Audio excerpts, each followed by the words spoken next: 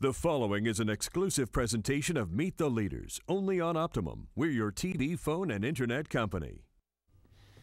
Coming up on Meet the Leaders, the nitrogen in Long Island's water has reached critically high levels. What is Suffolk County doing to protect our health and waterways? Meet the Leaders starts now.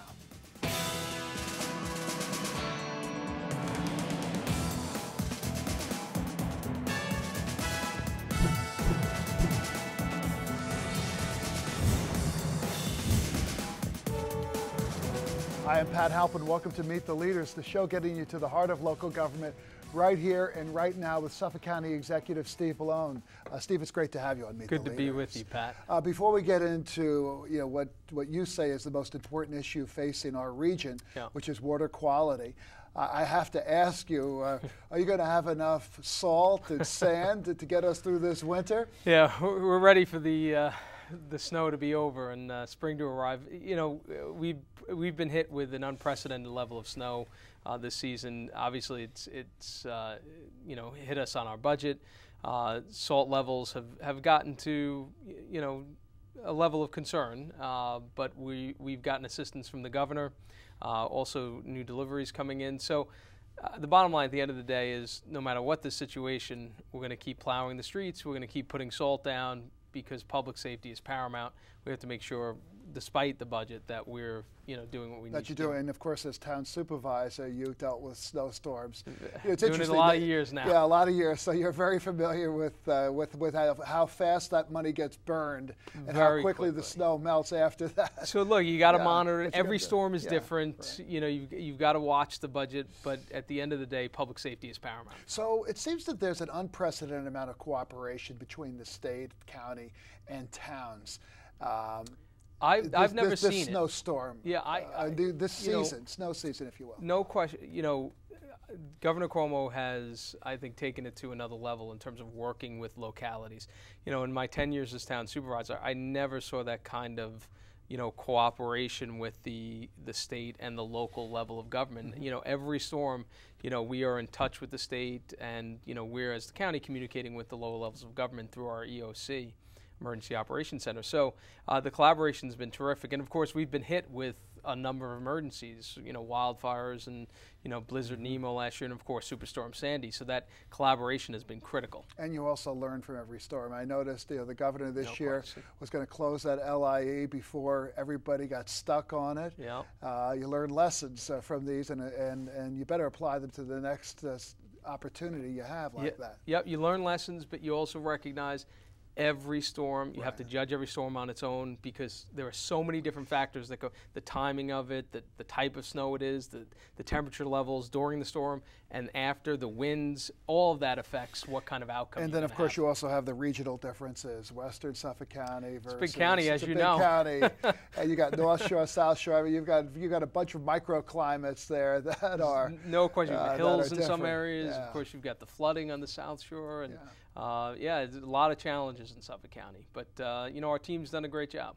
They have, and the big thing, of course, is to communicate good information to the public. No question. Because no question that makes, like you said at the beginning, it's all about public safety. And the public's more aware now. When I was supervisor in Babylon for 10 years, the attitude was, pretty much, I've been through that. I've seen storms.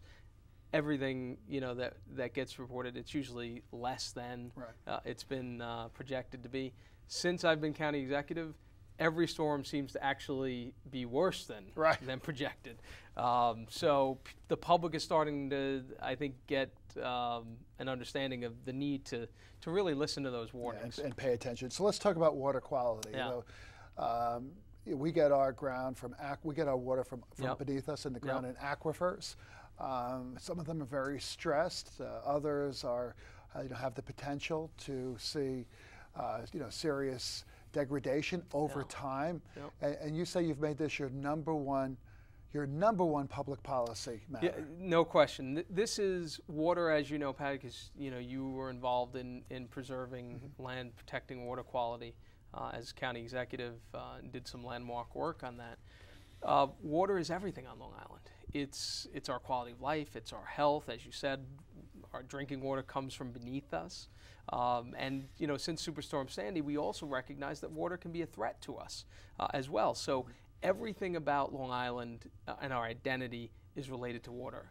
And we have not done a great job, and that's being generous, of protecting that precious resource. And so, you know, we've said that we have to focus on this as a region. It's an existential issue for us as an island, that we make sure that we protect the water quality, and moving forward that we, you know, sort of remediate some of the pollution that has impacted us. So we released a report recently, and it shows that, you know, we've had a devastating impact on our surface waters, and we have negative trends on our drinking water, as you suggested. Yeah, you know, one of the things that's interesting is that Suffolk County, by and large, is served by the Suffolk County Water Authority, 90% of the customers. So you have the advantage of scale. Yeah. But even there, they're seeing trace amounts and additional amounts of nitrogen in the drinking water, depending on the region, depending on the nature of the development. Yeah, there's no question. And the Water Authority does a great job of delivering, you know, some of the best quality water anywhere in the world, you know, at a great cost. But one of the concerns is moving forward now, what kind of efforts will be required in terms of new infrastructure and you know, digging new wells and you know, extracting pure water, because, you know, we are causing the water at the higher levels to be polluted. And if you look at Nassau County there, where they have a lot of small water companies that don't have the interconnect and the capacity of Suffolk, there you're seeing industrial pollution as well as the nitrogen and the other things, you know, that are threats, putting communities at risk, or at least if the fixes are going to come, it's going to be very expensive. Extraordinary costs. We're already costing ourselves significantly by the amount of damage we've done to our water supply in terms of our surface waters. We have dead rivers in this region. And they say that's linked to nitrogen. So what is the source, or what are the sources of nitrogen? We say that nitrogen is public water enemy number one. You know, there are other sources of pollutants, but nitrogen is the biggest factor. And by and large, not all, but the majority of the nitrogen pollution is coming from failing or failed septics and cesspools. Mm-hmm. You know, unfortunately, Suffolk County remains largely unsewered, about 70%, more than 70% unsewered. And, you know, that's an outgrowth of the problems that occurred during the first big sewering project. And you also have the runoff from pesticides that end up in our waterways and bays. Yep, there are other issues that happen, fertilizers, for instance, but the lion's share is coming from those septics and cesspools. So we have to get at and figure out how we tackle that problem, which is extraordinarily expensive. But failure to do it is even more expensive for us. You know, we have a $4.7 billion tourism industry. It's dependent on water. It is dependent on, you know, recreation and fishing and, you know, all of these things, the bays and our lakes. If we continue to pollute those resources, you know, we're going to be undercutting that major tourism industry. And of course, things like the shellfish industry, completely decimated. It's gone. You know, this once thriving industry here, 6,000 jobs completely gone. So, you know, we've already seen dramatic costs. The costs will only get greater in the future. So we have to get at solving this problem, and that's what we're focused on. Well, and I want to talk to you about the solutions, but we're going to take a break, and we'll come back and talk about, you know, what types of things can you be putting in motion now that over time will address this critical threat to our drinking water. So we'll have more with County Executive Steve Bellone right after the break, so stay tuned.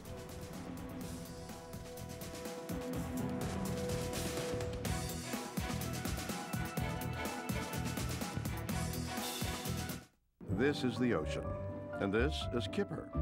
Kipper doesn't live in the ocean, but if she did, this is likely what would happen. This is Sparky, and this is habitat destruction. Boozer doesn't like it, neither does Fluffy. We wouldn't let this happen to Kipper, Sparky, Boozer, or Fluffy. In the oceans, it's worse. Lacking opposable thumbs, Kipper can't take action, but you can. Visit BeringSeaCanyons.org. Did you get a call from the coach about those kids who were caught drinking? Not our guys. They know better. Yeah. They know better. Heads up, sport. Real kids are curious about alcohol. 40% tried by the 8th grade. Talk early, talk often, get others involved. I'm New York State Assemblyman Edward Hennessy. And I'm Jim Nordstrom with the Long Island Cyclists and Runners for Safety. Hit and run fatalities are at epidemic levels on Long Island. Last year in Suffolk County alone, numerous fatalities were attributed to an individual leaving the scene without reporting it. Runners and cyclists, make sure you are visible and follow the rules of the road. Drivers, if you think you've hit someone, stop, check, and call the police. Be aware and share the road. Welcome back to MTL here with the County Executive of Suffolk County, Steve Bellone. Steve, we've been talking about water quality, the threats of certain types of pollution, especially nitrogen.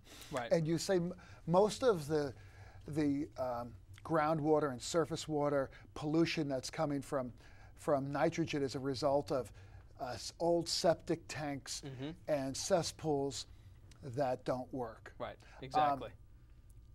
Aside from, well, let's talk about it. You said there were a couple of things that need to be done. We need to improve that, but we also need to figure out how to expand sewers where it's appropriate and it can be cost effective. Yep. So let's go through them one at a time. Well, so I think there's not going to be one, size fits all solution here. It's going to be several different things that we need to do, and I think sewering clearly is one of them. We have the Southwest Sewer District. There are areas that we could expand and take into the Southwest and connect to the Southwest Sewer District.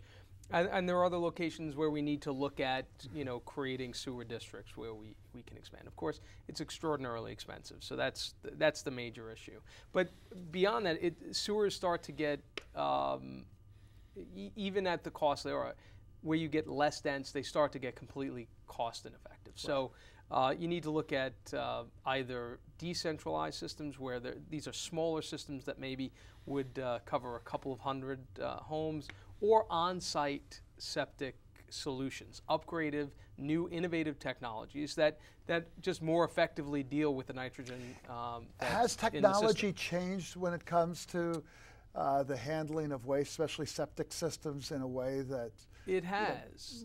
That's much more effective. It has. It has improved significantly, but I still think that we need to see more improvements in the technology. So, we've been working with Governor Cuomo, who put funding in the budget to work with Anna Thorne-Holst, the supervisor in Southampton, and Stony Brook University to come up with innovative new technologies and to work on developing that, and potentially to take advantage of that here in Suffolk County in terms of new business opportunities. So that's an important step forward for us. So there's not one solution, but sewering clearly is one of the big areas that we need to focus on. We need to find ways to do that. Now, one of the things that the county plays a big role through the health department is in creating certain standards for what can be developed in areas that are not sewered. Right.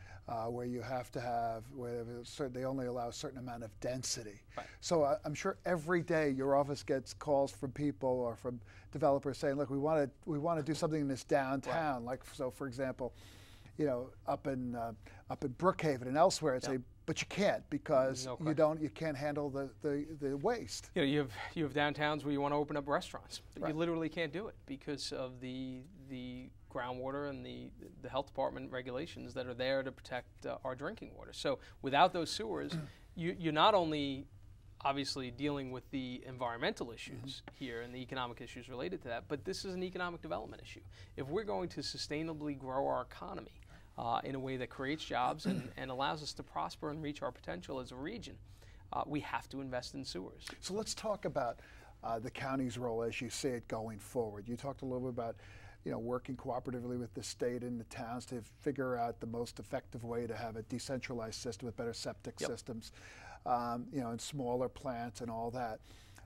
So how do you envision, as you think about this, because I know you're a solutions-oriented person. It's one thing to identify the problem, and you've done that very, very well. You're also thinking 5 steps ahead, saying, okay, how over time, and let's take over a 10 or 15-year period, how do you see this evolving if you want to consider it a successful response to this threat? Well, I think, number one, we realistically, we have to identify funding sources. we have to identify sustained funding sources where you can continue to make these investments. And, we're not going to do this overnight. It's not going to be solved overnight. But, these issues with pollution have been built up over decades now. And you have seen in other areas around the country where if you actually remediate the pollution, those ecosystems will come back. So we know that if we make these investments over time, that we can restore these ecosystems and that we can restore the health of our water and our water bodies. So it's identifying those funding solutions. And I think one of the first things we're looking at, and the report that released shows this, is the water quality issue is undermining our ability to respond to storms like Superstorm Sandy. Why is that? I mean, I understand it when you have a wall of water, literally, 5, 6, 7, in some places 11, 12 feet high. There's not much that's going to be able to withstand that. Right. But how did it undermine those barriers? You think about it like this. The first line of defense for the tens of thousands of homes along the South Shore of Long Island are the barrier beaches. The second line of defense is the coastal vegetation, which is a part of our ecosystem. It's seagrass and marshlands and wetlands. The water pollution that we have been dumping into our waterways and our bays has been undermining that coastal vegetation for decades. The scientific evidence is clear on it. That is the best natural defense that you could have beyond those barrier beaches, those vegetation, because they absorb the water as it comes in. They slow it down. They lower it. They enable you to deal with storm surges. And as we're now moving forward and can be expecting, storms like this in the future and even greater storms, we've got to restore those coastal defenses. And the only way we can do that is pulling that nitrogen out of the system and protecting our water quality. And so it's important on so many different levels. So as you look to remediate, you also have to have in place the infrastructure so you don't end up repeating that. One of the things that's interesting at the Water Authority is that we're seeing more and more of the wells, because they monitor it very, very carefully. The water quality need more and more expensive remediation treatment at the wellhead. Exactly. So there's no way of getting around those costs. Look, we've already hurt ourselves economically by not making these investments. We clearly, if we make smart investments now and do this over time, identify funding sources, we are going to be saving ourselves significant sums of money down the line.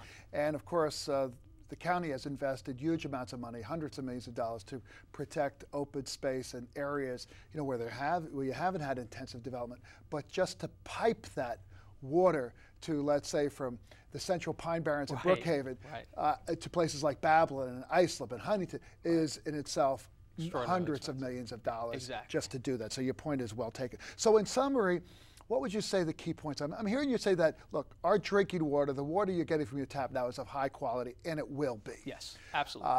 But I'm hearing you also say that if you look at lakes, freshwater lakes, rivers, tributaries, and our bays, they're under immediate attack right now. Right. Those are not, there's no question about it. That is not a future threat. We have systematically undermined the quality of our surface waters, which, as you know, Pat, are critical to everything about being a Long Islander.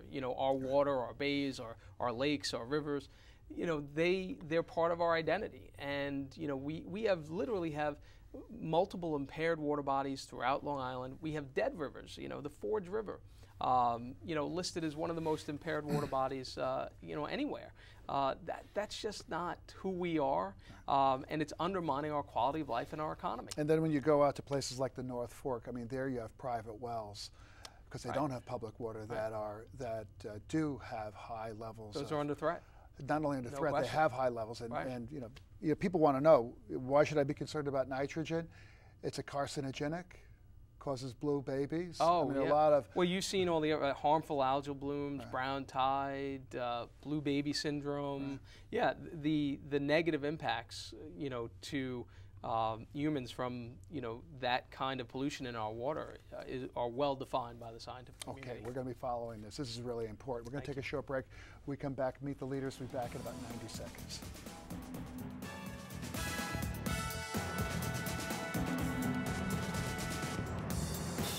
Why should you choose to fly Long Island MacArthur Airport? I'm ISO Town Supervisor Tom Croce, and the answer is clear. Close to home, no lines, convenient parking, a 5-minute shuttle from Long Island Railroad's Ronkonkoma Station, and Wi-Fi is now available at the airport from Optimum. Internet access while you wait for the flight. Long Island MacArthur Airport, the stress-free alternative. Relax, your vacation starts here. The Terry Farrell Firefighters Fund doesn't have a telethon. It's not about being in the spotlight. It's about giving support to first responders and military veterans. The fund was established in memory of Terry Farrell, a decorated member of the Rescue 4 FDNY who perished on 9/11. The fund ensures that firefighters have the resources to protect the public. The fund also assists families of firefighters, first responders, and military veterans who are facing medical emergencies. Please support our mission by volunteering or donating. Visit us at terryfund.org.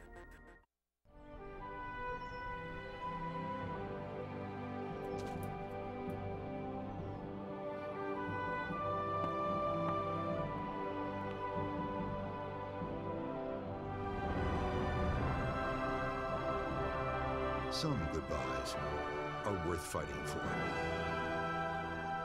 Help the Marine Corps Scholarship Foundation honor Marines by educating their children at mcsf.org. Welcome back to Meet the Leaders, here with Steve Bellone, the County Executive of Suffolk County. You know, we've been talking about the threats to our drinking water supply, which are a major priority of yours. But another major priority of yours is how do we continue to foster and grow and support the agricultural industry that's so important to Suffolk County? As you know, one of the amazing things about being county executive it is the largest county in the state outside the city. It is one of the most diverse counties, without question. People are astonished when they hear that Suffolk County is the largest agricultural county in the state of New York by gross sales. People don't think of Suffolk County in that way, but it's an amazingly diverse farming community, incredibly diverse. And we have farmers who are innovative, who are resourceful, who are looking at the latest technologies, but it's tough. It's a struggle out here to farm. And we have to do everything we can in terms of policies that are put forward by the government to make sure that we are not harming or undermining the ability of farmers to sustain themselves as a business. Because if they can't do that, there's no What are the key elements of that? Because you say to yourself, well, they look like they're doing okay. Right. Well, the report that we just put out, and this was a survey that was conducted with Cornell Cooperative Extension and others, basically talking with the farming community here. They have a number of difficult problems. We got some of the land, high fuel costs. The cost of farming here is extraordinarily expensive. Finding the employees to do the work, that's an issue not just here and in other parts of the country with farming. So a number of different factors that hurt the ability of farmers to sustain themselves. And so from my perspective, Suffolk County needs to be in the business of supporting the business of farming. Because without that, if they can't make it work, then we don't have farming anymore. I think that's an important word. It is a business. Right. So in other words, you have to have profitability. Exactly. Otherwise, you're not going to have many farms. Some people look at the farms as just they wonderful. think it's part of tourism or something. These are real businesses. Right now, these are businesses. These are family farms. I was out, meeting farmers who've been here since their family's been here since the 1600s. Right. As somebody whose family came over, this last century, that's an extraordinary thing, being a second generation. Well, they were probably farmers in Italy or Ireland, Yeah, right. My family was farming in Ireland and Italy, exactly. But farming is, talk about our quality of life, the farms out there are one of the unique and wonderful characteristics of Suffolk County. So what are some of the things that the county's done? You've had this for years, going back to John Klein, the Farmlands Preservation Program, which says we're going to keep acres in farming, can't be used for any other purpose. Well, that's one of the things that we just changed and updated the Farm Preservation Program to actually, make it more business friendly to the farmers. So we did changes like allowing more on-site processing. We increased the size of roadside stands for farming, to allow them to do more retail work, the ability to do more agritourism, and these are all the farms who are in the Farmland Preservation Program. And then moving forward, closing loopholes so that if this land is part of the farmland program, it has to be farmed. You know, because what we found is some farmland that's part of the program being bought up, and the owners now just choosing to leave it as open space rather than farming it. And why is that so important, that agricultural land actually be used for agricultural purposes? Because if you fall below a certain amount of acreage of farming, you lose the ecosystem of farming that is critical to everyone who's in the business. So that ecosystem being what? The suppliers, the equipment manufacturers, all of the things that are necessary for a thriving agricultural industry. That's exactly right. That's exactly to be supported. It's like losing the subcontractors who provide parts for airplanes. It's almost the same when you're trying to build an innovation economy, right? You need a certain amount of intellectual capacity and a cluster to make it work. And it's the same thing with this kind of economic sector. So these reforms, those were done in collaboration with the Farm Bureau and others that are actively involved. One of the things that I found, and you touched on it, is that our farmers are really, really smart. I mean, they are good business people. Because as you saw in that thing, it's a costly proposition here. But they figured out how to create high quality products that have a high cash value. There's no question about it, and that's why we're the largest in terms of gross sales of any county in the state of New York. They've done some really amazing innovative things around agritourism. Obviously, our wineries are ranked as some of the best now in the world. Now we have the stats there, and it's interesting that farmers, by and large, as they say, are pretty optimistic about the future. So they see benefits from the very programs and initiatives that we've been talking about. I think they're seeing positive changes happening. They're seeing us working closely with them around the notion that we have to support the business of farming, and so that was a good finding. Feeling that way. What's interesting is that farming is not just a seasonal business; it's a 360-day business. And I know that there was some tension between some of the environmentalists and farmers that are building the kinds of facilities that they need in order to produce product 12 months of the year, or to meet the seasonal demand for certain types of flowers and all of that. Yeah, there's, you're always going to have some tension between, groups that have different interests and are advocating for different things. But by and large, we've been able to bring people together and to move forward. And to me, again, the bottom line is we have to support the business of farming. We sure do.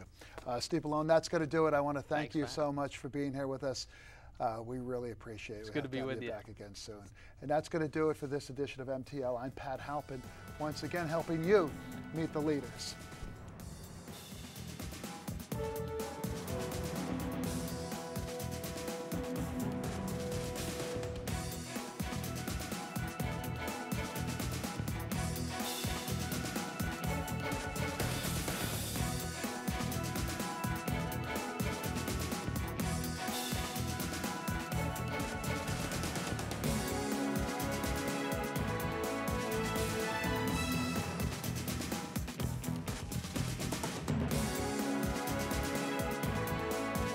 Do you have credit card debt, or are you struggling to pay your mortgage? For nearly 20 years, Debt Counseling Corporation has helped consumers just like you.